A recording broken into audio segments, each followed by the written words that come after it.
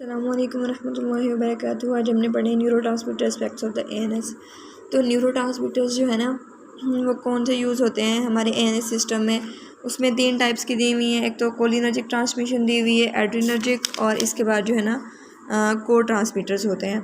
ठीक है, ये 3 टाइप्स के ट्रांसमीटर्स हैं।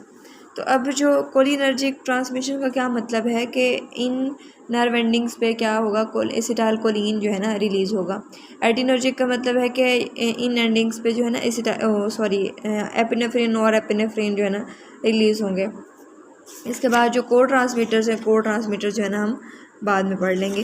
आज हमने पढ़नी है कोलिनर्जिक ट्रांसमिशन। कोलिनर्जिक ट्रांसमिशन ये है कि वो नर्व एंडिंग जहाँ पे acetylcholine as a neurotransmitter release हो रहा है। ठीक है, तो उसमें ये कहाँ कहाँ पे जो है ना एसिटाइल कोलिन रिलीज़ होता है। जितने भी ऑटोनोमिक गैंग्लियन है उन वहाँ पे रिलीज़ होता है। पहली बात ये याद रखनी है कि जितने भी ऑटोनोमिक गैंग्लियन है वहाँ पे जो है ना ये एसिटाइल कोलिन रिलीज़ होता है।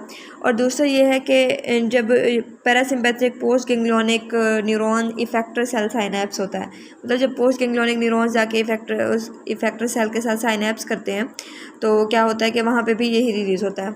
पैरासिम्पैथिक पोस्ट गैंग्लियोनिक न्यूरॉन्स पे वहाँ पे ये रिलीज़ होता है। और इसके अलावा जो है ना एनएम जंक्शन, हमने कॉमन सी बात है, ये हमने फर्स्ट ईयर में पढ़ा था कि एनएम जंक्शन पे हर जगह एसिटाइल कोलिन ही फिर रहा होता था। ठीक है, इन 3 जगहों पे ये रिलीज़ होता है। इसके बाद इसकी सिंथेसिस एंड स्टोरेज है, ये यूक्यू है, इंपॉर्टेंट क्वेश्चन है। पहले मैं ऐसे बता देती हूँ, फिर मैंने डायग्राम से भी समझा दूँगी। अब एसिटाइल कोलिन जो है ना कैसे सिंथेसाइज होता है। एसिटाइल और कोलिन से 2 कंपाउंड्स होते हैं, एसिटाइल को ए और कोलिन, इनसे बनता है। एंजाइम कौन सा यूज़ होता है, कोलिन एसिटाइल ट्रांसफेरेज। ठीक है, कोलिन एसिटाइल ट्रांसफेरेज, इस एंजाइम की उसमें प्रेजेंस में ये जो है ना सिंथेसाइज होता है। और फिर जो है ना ये क्या होता है कि जो है ना जब एक्शन पोटेंशियल वगैरह जनरेट होता है तो जो नर्व टर्मिनल होता है उसमें कैल्शियम आइंस अंदर इंटर होते हैं।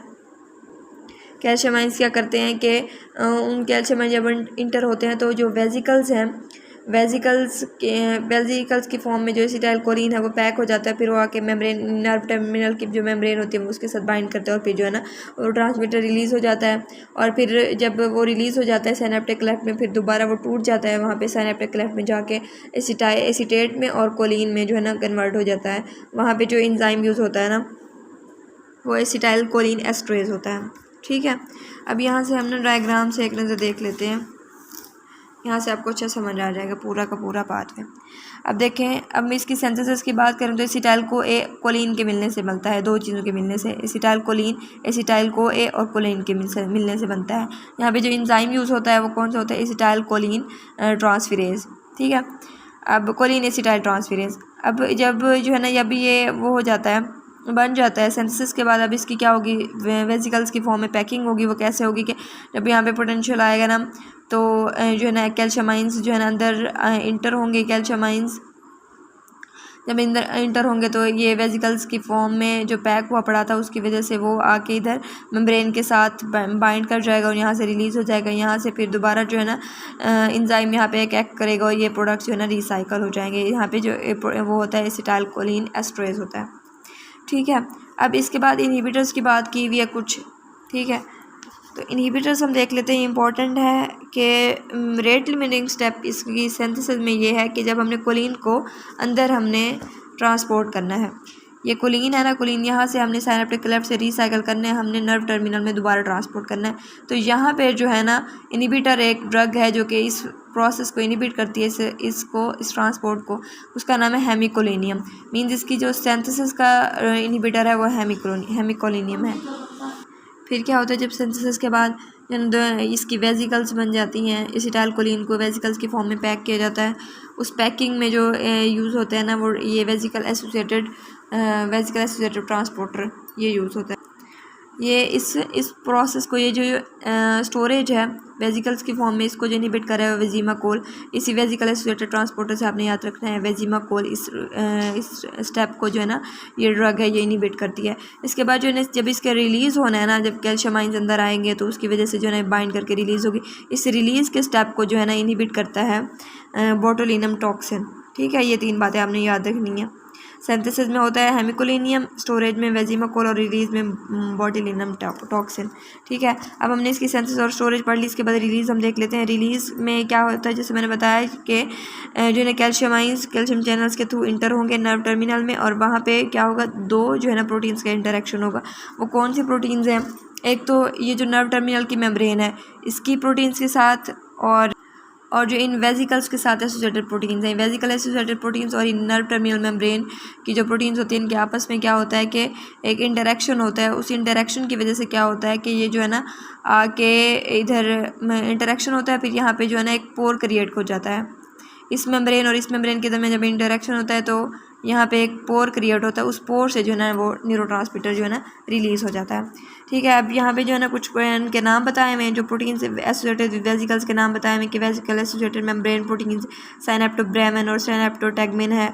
इसके अलावा जो नर्व एंडिंग के साथ एसोसिएटेड होती हैं उनका नाम बताया हुआ है सिनेप्टोसोम एसोसिएटेड प्रोटीन या सिनेप25 साइनेप्टेक्सिन वगैरह ये बताई हुई हैं।